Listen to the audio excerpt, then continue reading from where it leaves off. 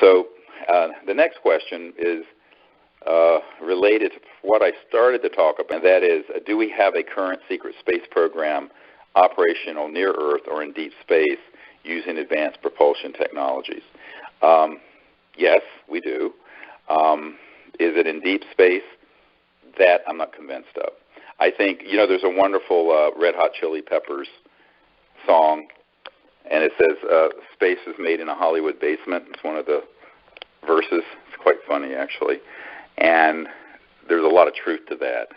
So what I'm saying here is that we have had gravity control when we inherited the scientists from the Third Reich and Adolf Hitler in the 40s, Operation Paperclip, and people like Werner von Braun and Hermann Oberth and others came over. We inherited their state-of-the-art with electronic systems that cause so-called anti-gravity.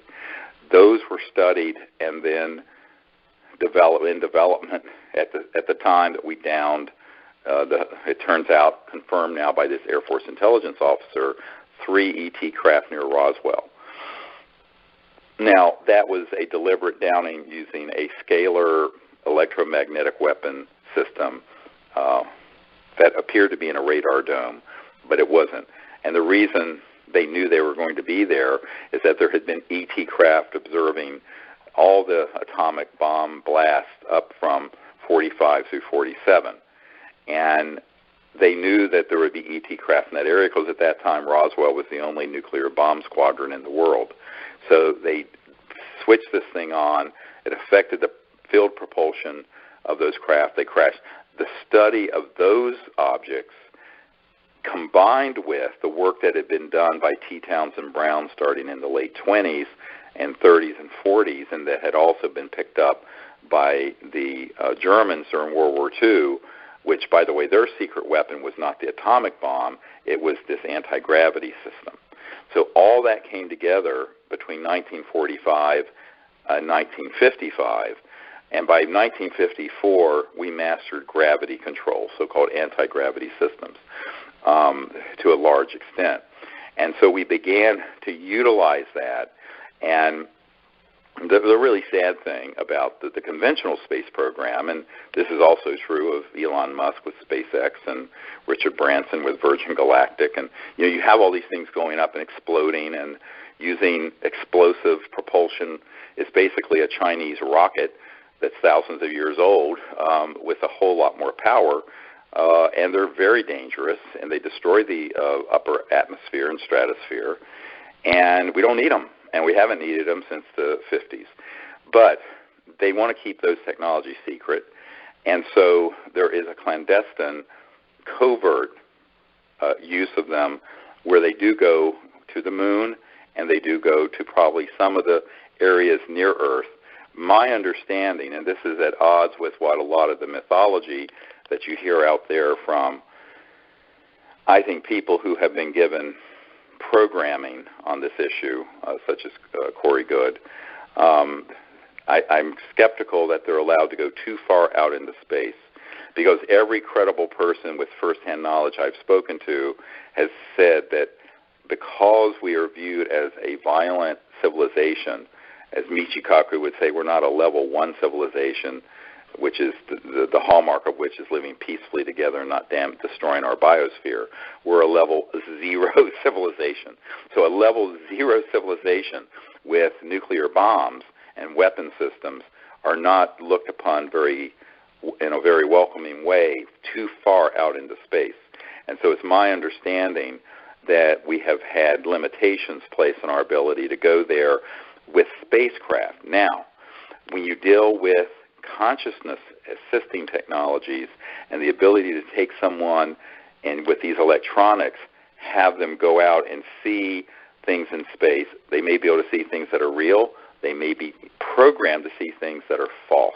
And this is where you have to be very careful with the rumor mill of things that you see on Gaia TV and on the other networks that are out there and the mythology that's built up, because frankly, I see a lot of that as disinformation that is part of this long-term 60-year narrative to lay the foundation for there being sort of a cowboys and Indians, good guys and bad guys in outer space, and we need to, as Ronald Reagan said, unite the world against an alien threat.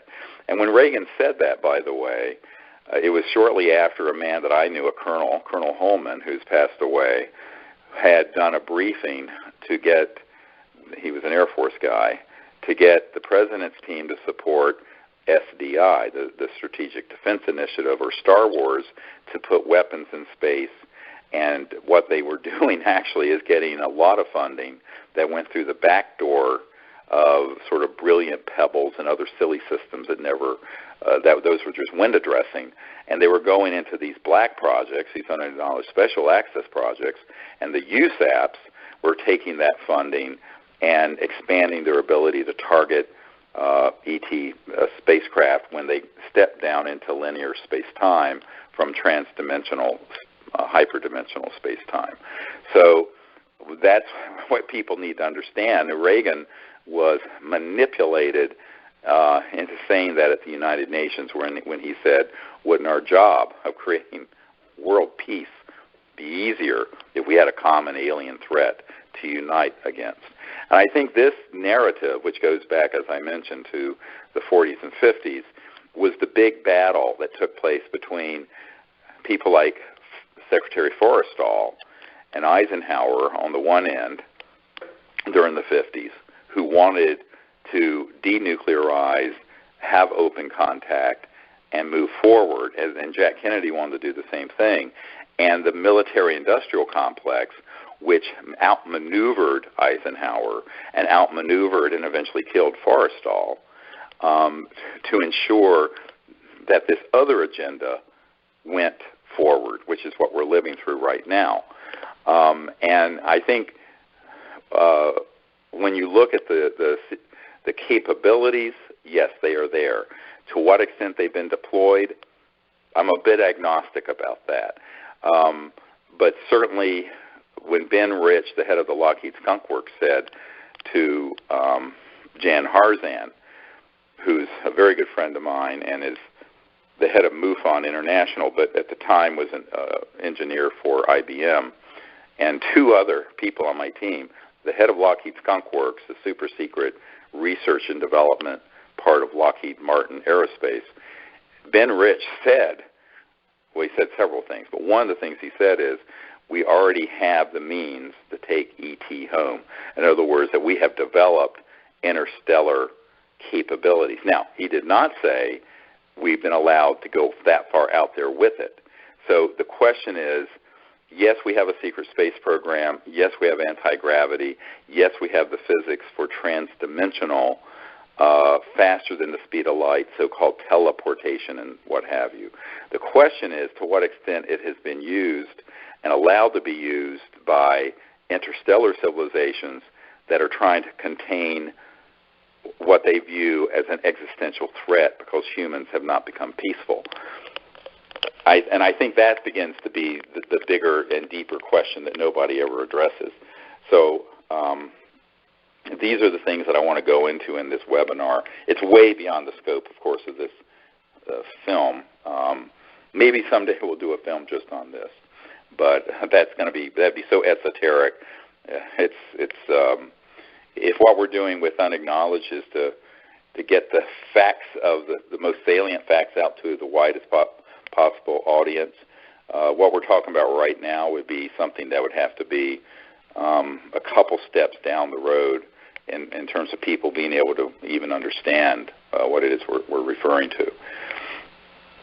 So